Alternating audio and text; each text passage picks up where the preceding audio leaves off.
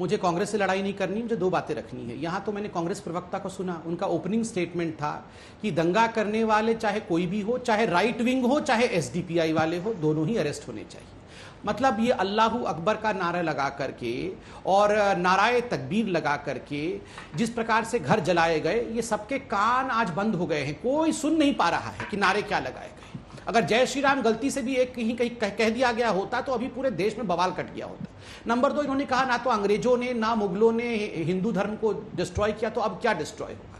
देखिए, मैं हिंदुस्तान की जनता को कहना चाहता, आप जानते हैं सबसे बड़ा मंदिर अगर पूरे विश्व में भगवान का कहीं पर है तो वो अंकोर वट है। अंकोर वट वो हिंदुस्तान में नहीं है, कंबोडिया में है। वहां तक थे 100 वर्षों के अंदर, यहां इतनी मुट्ठी भर लोग रह गए हैं और समाप्ति कोई 10 दिन में नहीं होती है, समाप्ति 500-600 साल में ही होती है। और इस प्रकार से चलता रहा। और मैं किसी को दोषी नहीं मान रहा हूं, एसडीपीआई को दोषी नहीं मान रहा हूं, मैं दो कारणों को दोषी मान रहा हूं। एक तो हम शुतुरमुर्ग बने हुए हैं, दूसरा हमारे घर के जयचंद, कुछ जयचंद यहां बैठे, हमारे घर के जयचंदों ने हमारे घर को लूटा है, हमारे घर के जयचंदों ने हमारे घर को लूटा है। अरे नाम लेने में शर्म कर रहे हैं, वो घर जला रहे हैं और यहां जयचंद नाम तक नहीं ले पा रहे हैं। अरे टीका लगाने से कोई सच्चा हिंदू नहीं बन जाता है। टीका लगाना है ना तो दिल में लगा टीका, दिल में लगा टीका और कहो किसने घर जलाया है, हिम्मत है तो कहो किसने घर जलाया है। अरे भैया, जयचंदो मुंह से नाम नहीं निकल रहा है। मैं जवाब देना सही बोल रहा हूं। विधायक का भतीजा आपकी पार्टी का कार्यकर्ता है कि नहीं है? यहाँ संघ वालों ने घर चलाया। विधायक का भतीजा आपकी पार्टी का कार्यकर्ता है कि नहीं है? जिसने पोस्ट लिखा वो आपकी पार्टी का है कि नहीं है?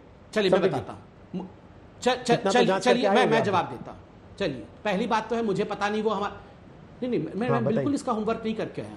मैं बता रहा हूं, अगर मैं बोल रहा हूं वो विधायक भी सपोज करिए भारतीय जनता पार्टी का विधायक है, दलित भी नहीं है, मैं बोल रहा हूं मुसलमान भी होगा, और मैं बोल रहा हूं वो भारतीय जनता पार्टी का ही हो सकता है, उसका भतीजा भारतीय जनता पार्टी का भी होगा, तो आप पूरे भारतवर्ष को जला देंगे, एक जवाब देना तो आप हिंदुओं को मार डालेंगे क्योंकि किसी ने फेसबुक पे कुछ लिखा है, तो आप डीसीपी को गाड़ी को जला देंगे, डीसीपी को मारने की कोशिश करेंगे। ये न्याय है, ये जस्टिफिकेशन यहाँ कांग्रेस पार्टी दे रही है कि बीजेपी का कोई कार्यकर्ता, मैं नहीं जानता, ये जस्टिफिकेशन है, तो हमारे घरों को आप जलाएंगे, ये जस्टिफिकेशन है। ओके, राजीव जी जवाब देना चाहते हैं, लेकिन राजीव जी थोड़ा सा रुकना पड़ेगा। एक बार जल्दी बुलवाइए उनसे, उनको जाना भी है, दोनों से उनको जाना भी है आग लगाने के लिए। शोएब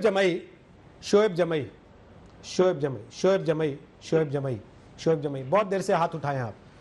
कल हाथ उठाया आपने एक बार भी जब वहां आग लगा रहे थे लोग, कहा कि रुक जाओ, मैं शोएब जमई बोल रहा हूं, मीडिया कोऑर्डिनेटर बनकर घूमता था मैं सीए एनआरसी के आंदोलन के दौरान, मेरे कहने से रुक जाओ, आग मत लगाओ शहर भर में,